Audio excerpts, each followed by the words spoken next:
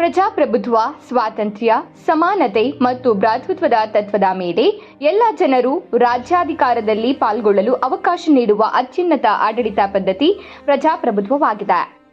ಪ್ರಜೆಗಳೇ ಪ್ರಭುಗಳು ಎನ್ನುವ ಪ್ರಜಾಪ್ರಭುತ್ವದ ಸ್ಫೂರ್ತಿ ಎತ್ತಿ ಹಿಡಿಯಲು ಜಿಲ್ಲೆಯ ಎಲ್ಲ ಸಾರ್ವಜನಿಕರು, ಸಂಘ ಸಂಸ್ಥೆಗಳು, ಸಂಘಟನೆಗಳು ಸೆಪ್ಟೆಂಬರ್ 15ರಂದು ಜರುಗುವ ಅಂತಾರಾಷ್ಟ್ರೀಯ ಪ್ರಜಾಪ್ರಭುತ್ವ ದಿನಾಚರಣೆಯ ಕಾರ್ಯಕ್ರಮದ ಯಶಸ್ವಿಗೆ ಕೈಜೋಡಿಸುವಂತೆ ಜಿಲ್ಲಾಧಿಕಾರಿ ಟಿ. ವೆಂಕಟೇಶ್ ಕರೆ ನೀಡಿದ್ದಾರೆ. ನಗರದ ಜಿಲ್ಲಾ ಪಂಚಾಯತ್ ಸಭಾಂಗಣದಲ್ಲಿ ಗುರುವಾರ ಅಂತಾರಾಷ್ಟ್ರೀಯ ಪ್ರಜಾಪ್ರಭುತ್ವ ದಿನಾಚರಣೆ ಅಂಗವಾಗಿ ಮಾನವ ಸರಪಳಿ ರಚಿಸುವ ನಿಟ್ಟಿನಲ್ಲಿ ಜಿಲ್ಲೆಯ ಸರ್ಕಾರೇತರ ಸಂಘ ಸಂಸ್ಥೆಗಳು ಹಾಗೂ ಸಂಘಟನೆಗಳ ಮುಖಂಡರು ಹಾಗೂ ಸಾರ್ವಜನಿಕ ಸಭೆ ನಡೆಸಿ ಅವರು ಮಾತನಾಡಿದರು. ಸೆಪ್ಟೆಂಬರ್ 15ರಂದು ಅಂತಾರಾಷ್ಟ್ರೀಯ ಪ್ರಜಾಪ್ರಭುತ್ವ ದಿನಾಚರಣೆ ಅಂಗವಾಗಿ ಅಂದು ಜಿಲ್ಲೆಯಾದ್ಯಂತ 145 ಕಿಲೋಮೀಟರ್ ಮಾನವ ಸರಪಳಿ ನಿರ್ಮಿಸಲಾಗುತ್ತಿದೆ. ಜಿಲ್ಲೆಯ ಮೊಳಕಾಲ್ಮೂರು, ಚಳ್ಳಕೆರೆ, ಹಿರಿಯೂರು ತಾಲೂಕುಗಳಲ್ಲಿ ಮಾನವ ಸರಪಳಿ ರಚಿಸಲಾಗುತ್ತಿದೆ.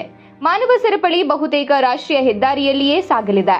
ಈ ಹೆದ್ದಾರಿಯ ಇಕ್ಕೆಲಗಳಲ್ಲಿ ಬರುವ ಎಲ್ಲ ಗ್ರಾಮಗಳ ಜನರು ಮಾನವ ಸರಪಳಿಯಲ್ಲಿ ಪಾಲ್ಗೊಳ್ಳುವರು. ಈ ಕಾರ್ಯಕ್ರಮದಲ್ಲಿ ಚಿತ್ರದುರ್ಗ, ಹೊಳಲ್ಕೆರೆ ಹಾಗೂ ಹೊಸದುರ್ಗ ತಾಲೂಕುಗಳ ಸಾರ್ವಜನಿಕರು ಕೂಡ ಭಾಗವಹಿಸಬೇಕು.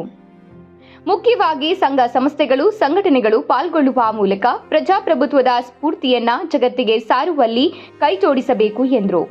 ರಾಜ್ಯಾದ್ಯಂತ ಏಕಕಾಲಕ್ಕೆ ನಡೆಯುವ ಅಂತಾರಾಷ್ಟ್ರೀಯ ಪ್ರಜಾಪ್ರಭುತ್ವ ಕಾರ್ಯಕ್ರಮ ಸೆಪ್ಟೆಂಬರ್ 15ರಂದು ಬೆಳಗ್ಗೆ 9:30ರಿಂದ 10:30ರವರೆಗೆ ನಡೆಯಲಿದೆ. ಕಾರ್ಯಕ್ರಮದ ಅಂಗವಾಗಿ ಸಸಿ ನೆಡುವ ಕಾರ್ಯಕ್ರಮ ಹಾಗೂ ಸಂವಿಧಾನ ಪೀಠಿಕೆ ವಾಚನ ನಡೆಯಲಿದೆ.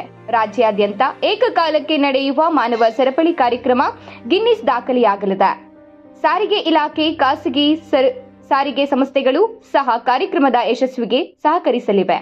ರಾಜ್ಯ ಮಟ್ಟದಲ್ಲಿ ಕಾರ್ಯಕ್ರಮದ ಯಶಸ್ವಿಗೆ ರೋಟರಿ ಇಂಟರ್ನ್ಯಾಷನಲ್, ಸಿವಿಲ್ ಸೊಸೈಟಿ ಹಾಗೂ ಇತರೆ ಪ್ರಮುಖ ಸರ್ಕಾರೇತರ ಸಂಸ್ಥೆಗಳು ಸಹಯೋಗ ನೀಡಿವೆ. ಸರ್ಕಾರದಿಂದ ಅಂತಾರಾಷ್ಟ್ರೀಯ ಪ್ರಜಾಪ್ರಭುತ್ವದ ಸುಂದರವಾದ ಲೋಗೋ ಸಹ ಬಿಡುಗಡೆ ಮಾಡಲಾಗಿದೆ ಎಂದು ಜಿಲ್ಲಾಧಿಕಾರಿ ವೆಂಕಟೇಶ್ ಹೇಳಿದರು.